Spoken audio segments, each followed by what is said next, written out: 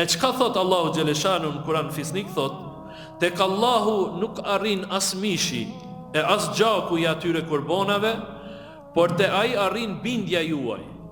Ai ashtu anështroi ato kafshët juve që ta madhëroni Allahun për udhëzimet që ua bëri, vëmirëseve merru myshde, thot Zoti Gjeleshanu. Qysh në këtë ajet Allahu Gjeleshanu po na i tregon dispozitat e kurbanit, po na tregon çështjen adekuate të kurbanit. Pra kurbani nuk është diçka që ti e kënaqësh Allahun Gjeleshanu me mishin e tij ose me gjakun e tij. Por kurbani është që e kënaqësh Allahun me bindjen tënde, sepse ti e ke arrit atë bindje në nivelin që ti po e pret një kurban, një kafsh, po e pret për çka? Për hir të Allahut Gjeleshanu.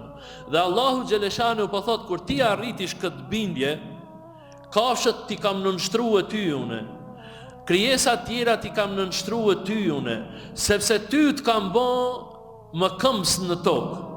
Dhe çka po thot në fund? Bamirësve merru myshde.